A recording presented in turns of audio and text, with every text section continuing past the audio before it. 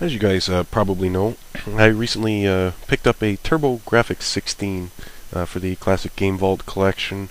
This is just going to be a video showing me unboxing the unit. There's not going to be any review or gameplay footage or anything like that. So that being said, feel free to close your window right now, as I'm just going to be unboxing it here. And the reason I decided to do this was because when I picked up the unit, I had no idea that it would be still in its original box, original packaging, everything all original, basically just like it came off the store shelves. Here I am, I'm opening it up here. As you can see, the styrofoam is in perfect shape, everything, it's all like brand new. I'm having a little trouble getting it out because I'm filming with one hand and unboxing the unit with another. As you can see, we've got some of the documentation that came with the system. This is basically a thank you note from NEC for choosing and purchasing the Turbografx 16. It still smells like brand new. It's pretty awesome. I'm not sure why they put a thank you note in here. Here's the system. It's in the styrofoam. Look at this. We have a 75 300 ohm matching transformer, still in its plastic. It's never been taken out. The only thing missing are the little plastic baggies that things like the RF converter and the controller and the console would have came in. Obviously, the owner threw those away when he opened the system up. This is the turbo pad, the controller for the Turbografx 16. It feels brand new. Everything is just amazing. And we get to all the documentation that covers the unit itself. Here's the instruction manual for Keith Courage in the Alpha Zones, as well as some other things here. Basically advertising and for the Turbo magazine that was around, and different products and accessories available from NEC and its third-party licensees. Including an advertisement for the Turbografx CD add-on, which I'm hoping to get a hold of here at some point. As you can see, the Turbo arcade stick. I may get one of those. I may not. I'm not sure at this point. I do know there's one for sale, though. As well as the Turbo booster, which I have bypassed by doing my own composite output mod, which I will show you guys how to do if anybody's interested later on. And here we have a little pamphlet advertising the different games available for the system at the time. Now, do you remember back in the day when systems used to come with all of this neat stuff? It seems nowadays that the documentation that comes with systems and games, it's not as exciting as it used to be. It's kind of a shame. Like, I understand that they're trying to keep costs down, and with the internet you can basically do whatever you want for free, but still would be neat if new systems came with all these goodies, because that was always part of the fun. Here we have the Keith Courage comic book. It was just a little comic book featuring Keith Courage. I don't know if it ever developed into a full-time comic book or not, but it's still pretty neat that it's all still in here. And here we have your compliance notice, government crap. And here's the manual for the system.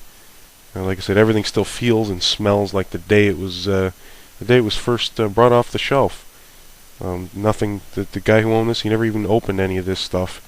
And all he did was, seems like all he did was take the system out and then maybe play it a few times and decided maybe it wasn't for him.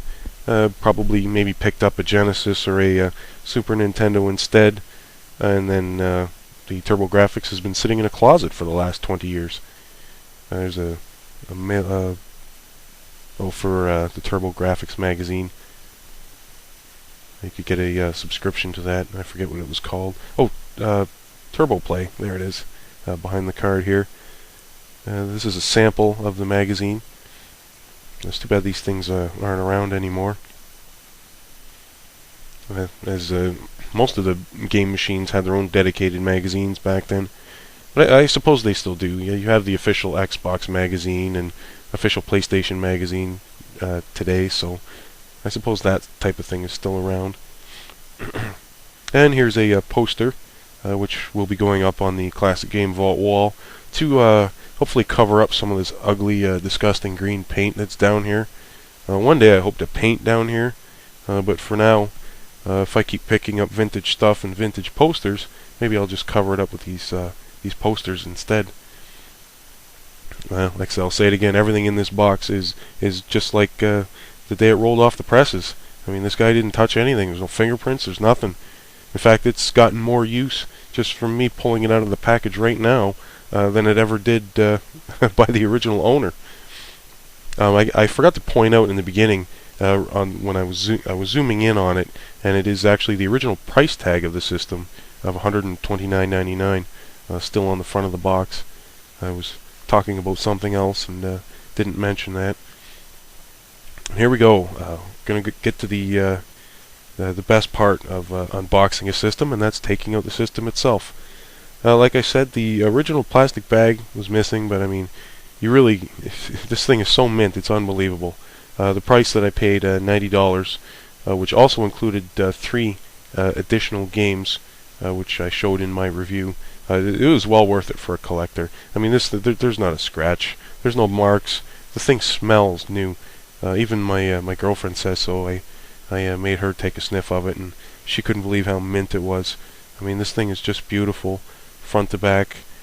On the side here, you have your RF output and channel selector, the Turbografx 16 logo, and here I got to fight with this thing here.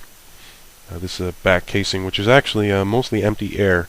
It covers up the expansion port of the Turbografx 16, which is where the CD add-on goes, as well as the Turbo Booster add-on. Now, you can't have both, so I assume that with the Turbo CD that you get composite output included with it. There's the expansion port, and that's where I've run my my composite audio and video mod, as there's pins on the back of that expansion port that directly output your left and right stereo audio, as well as your composite video. It was very simple to do, took a few minutes. And as I said, I'll do a little video displaying how I did that modification. It's very simple to do. Sorry, this video was a little bit self-indulgent and very little editorial content, so I hope it wasn't a total waste of time for you guys. There's definitely going to be more videos coming. I got so many different ideas. I got a whole bunch of different games I want to review. I'm definitely going to get to that, I promise. I know that the videos have been slow in coming, but that's going to change. Once we get our finances back where I want them to be, which should be within the next couple of months, I'm going to be scaling back my hours from the 13, 14 hours a day I'm doing now back to about 9 or 10, and that'll give me a lot more time to do a lot of these things that I want to do. So once again, thank you for watching. If you did watch the whole thing, sorry if it was a waste of your time. I just thought it was really cool to find such a system that was rare to begin with, as it didn't sell very well. And then to find it in such mint shape, just like brand new. It was total joy to unbox that unit and experience unboxing something of that vintage, just like it was the day I unboxed my Sega Genesis so many years ago. Again, thanks for watching. We'll talk to you later.